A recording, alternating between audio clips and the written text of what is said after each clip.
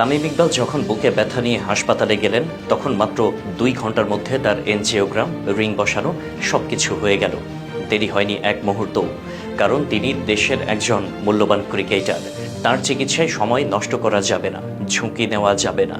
কিন্তু যারা তামিম নন, যারা শুধুই সাধারণ নাগরিক, তাদের বুকের ব্যথা মানেই হাসপাতালের লম্বা সিরিয়াল, রেজিস্ট্রেশন ফি, ডাক্তার দেখানোর সিরিয়ালের অপেক্ষা, একের পর এক পরীক্ষা, আর শেষমেশ হয়তো একটি দুঃসংবাদ।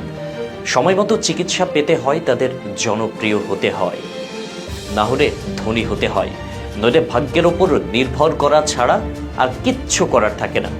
একই হাসপাতাল, একই ডাক্তার, একই অপারেশন, তবুও এক রোগীর জন্য সেন্টের দাম 25,000 আর অন্য জনের জন্য 2 লাখ। এই বৈষম্য কিসের ভিত্তিতে? চিকিৎসা কি এখন দর কষাকষির বিষয় হয়ে গেছে নাকি? বাংলাদেশের চিকিৎসা নেই এমন অভিযোগ অনেকেই করেন, কিন্তু বাস্তবতা হলো চিকিৎসা আছে, তবে সেটা পাওয়া সবার জন্য সমানভাবে সহজ নয়। সিস্টেমের গলদ এতটাই প্রকট যে একদিকে উন্নত চিকিৎসার ব্যবস্থা থাকলেও অন্যদিকে তা সাধারণ মানুষের নাগালের বাইরে। সরকারি হাসপাতালে সিরিয়ালের অপেক্ষায় একজন রোগী দিন পার করেন, আর বেসরকারি হাসপাতালে পকেট ভারী না হলে চিকিৎসা পান না। এখানে হাসপাতাল আছে কিন্তু মানবতা নেই, ডাক্তার আছেন কিন্তু দায়িত্ববোধ অনেক সময় অনুপস্থিত। অপারেশন থিয়েটারগুলো যেন এক একটা অফিস টেবিল, যেখানে প্রতিটি রোগী হয়ে যায় একটি টাকার ইউনিট। এই পরিস্থিতির পরিবর্তন হবে কবে? চিকিৎসা কি ব্যবসার মোড়ক থেকে বেরিয়ে আবার সেবায় পরিণত হবে?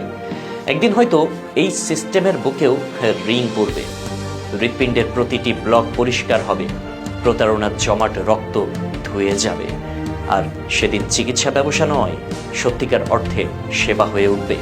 এমন একটা দেশের নাগরিক হয়েও তামিম ইকবাল আলহামদুলিল্লাহ মিরাকুলাসলি ফেরত এসেছেন, এবং ইনশাল্লাহ সকলের দোয়ায় সুস্থও হয়ে যাবেন। ওনার ওপর নিশ্চয়ই আল্লাহ তাআলার রহমত আছে।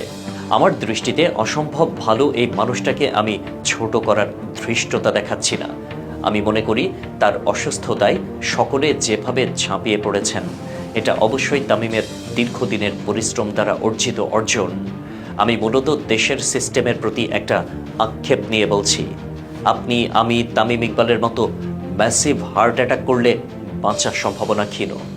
ওনার জন্য সবকিছু যতটা দ্রুত হয়েছে, আপনার আমার জন্য কোনো দিনই এতটা দ্রুত কিচ্ছু হইব না। বাংলাদেশে হার্ট অ্যাটাকের মতো সংকটময় মুহূর্তে সবচেয়ে বড় সমস্যা চিকিৎসা খরচ নয়, বরং সময় মতো সঠিক চিকিৎসা কেন্দ্র খুঁজে পাওয়া। রাজধানীর বাইরে তো প্রশ্নই ওঠে না। এমনকি ঢাকাতেও যখন কেউ হার্ট অ্যাটাকের শিকার হন, তখন জরুরি চিকিৎসা পাওয়ার আগেই একাধিক ধাপে আটকে যেতে হয়।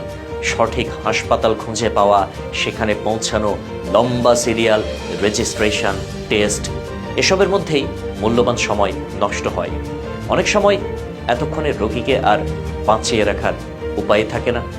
হার্ট অ্যাটাক মানে হৃৎপিণ্ডের রক্ত সরবরাহ বন্ধ হয়ে যাওয়া, যা কয়েক মিনিটের মধ্যে প্রাণ কেড়ে দিতে পারে। প্রচণ্ড ব্যথা, শ্বাসকষ্ট, মাথা ঘোরা, বমি, এমনকি জ্ঞান হারানো, এসব উপসর্গের মধ্যেও রোগীকে হাসপাতালে নিতে গিয়ে পরিবারকে লড়তে হয় যানজট, হাসপাতালের অব্যবস্থাপনা ও চিকিৎসা পাওয়ার দীর্ঘসূত্রিতার সঙ্গে। এদিকে দেশের সবচেয়ে উন্নত কার্ডিয়াক সেন্টারগুলো, যেমন ধরুন ইউনাইটেড, ল্যাবএইড বা এভারকেয়ারের চিকিৎসা নেওয়ার সামর্থ্য সাধারণ মানুষের নেই। অথচ আমাদের কার্ডিয়াক ডাক্তাররা দুর্দান্ত, সুযোগ পেলে তারা জীবন বাঁচাতে পারদর্শী। কিন্তু সমস্যা হলো সেই সুযোগ তৈরি করাটাই কঠিন। স্বাস্থ্য ব্যবস্থার জটিলতা রোগীর জন্য যেমন ভয়ঙ্কর, ডাক্তারদের জন্য তেমনই দুর্বিষহ। এখানে ডাক্তার থাকতে পারে, কিন্তু সময় মতো চিকিৎসা পাওয়ার নিশ্চয়তাটা নেই। এটাই হচ্ছে সবথেকে বড় ট্র্যাজেডি।